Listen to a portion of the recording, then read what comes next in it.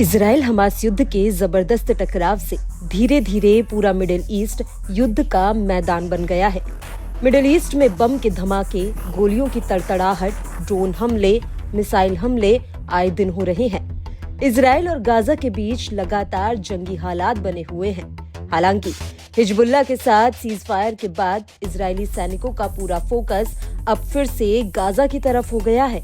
वो जितने भी फ्रंट से पीछे हट गए थे, अब उसकी भरपाई करने पर उतारू हो चुका है। अब तक के इजराइल के हमलों से गाजा में हर तरफ तबाही का मंजर है।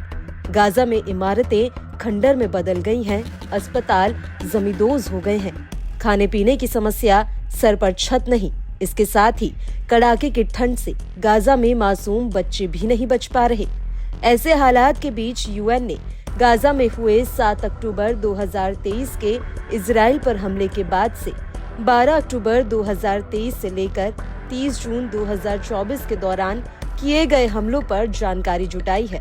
इस रिपोर्ट में कहा गया है कि गाजा पट्टी में अस्पतालों और उनके आसपास के इलाकों को निशाना बनाकर किए गए इजरायली हमलों ने स्वास्थ्य सेवा प्रणाली को पूरी तरह से ध्वस्त होने के कगार पर पहुंचा दिया है, जिससे स्वास्थ्य और चिकित्सा देखभाल को लेकर फिलिस्तीनियों पर बहुत गंभीर प्रभाव पड़ रहा है।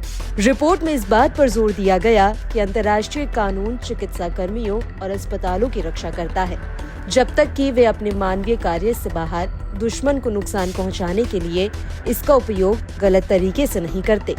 यूएन की रिपोर्ट में बताया गया कि इजराइल ने गाजा के अस्पतालों पर हमले को लेकर गंभीर आरोप लगाया और कहा कि गाजा के अस्पतालों का इस्तेमाल फिलिस्तीनी लड़ाकों और उनके सैन्य हथियारों को रखने के लिए किया जा रहा है, जिसके चलते गाजा में स्वास्थ्य सुविधाओं पर इजराइल के हमले जारी हैं। इस दौरान 27 अस्पतालों और 12 अन्य चिकित्सा सुविधाओं पर करीब 136 हमले हुए, जिनमें डॉक्टरों, नर्सों, चिकित्सा कर्मियों और अन्य लोगों को चोट पहुंची है, जबकि कई इमारतें खंडर हो गईं या फिर पूरी तरह से नष्ट हो गई हैं।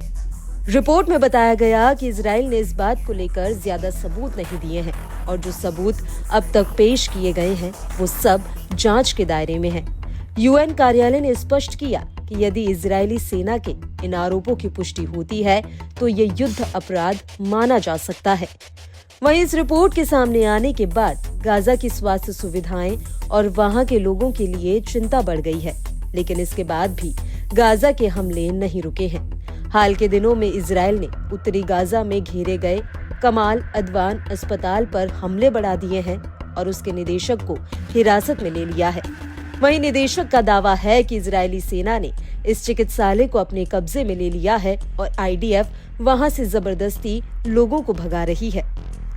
उधर नए साल के मौके पर WHO के महानिदेशक टेड्रोस ने नए साल का संदेश देते हुए कहा कि peace is the best medicine. उन्होंने कहा कि गाजा से सूडान तक, यमन से यूक्रेन तक, हूती और उससे भी आगे, शांति सभी लोगों के लिए सबसे अच्छी दवा है और हमेशा रहेगी। I was in Yemen on a United Nations mission to negotiate with the country's de facto authorities for the release of detained UN staff and other humanitarians. The talks with the Houthis proceeded positively, and we hope they will bear fruit. While waiting to board our flight in Sana'a, the airport came under aerial bombardment by Israel. The attack inflicted needless death, injury, panic, chaos, and damage, and was another reminder of the growing threat faced by civilians, humanitarians, and health workers in war zones around the world. This must stop. With a new year upon us, our leaders must bring desperately needed peace to the world and health and safety to all. Peace and health are linked. From Gaza to Sudan, Yemen to Ukraine, and Haiti and beyond, peace is and will always be the best medicine for the health and well-being of all people everywhere.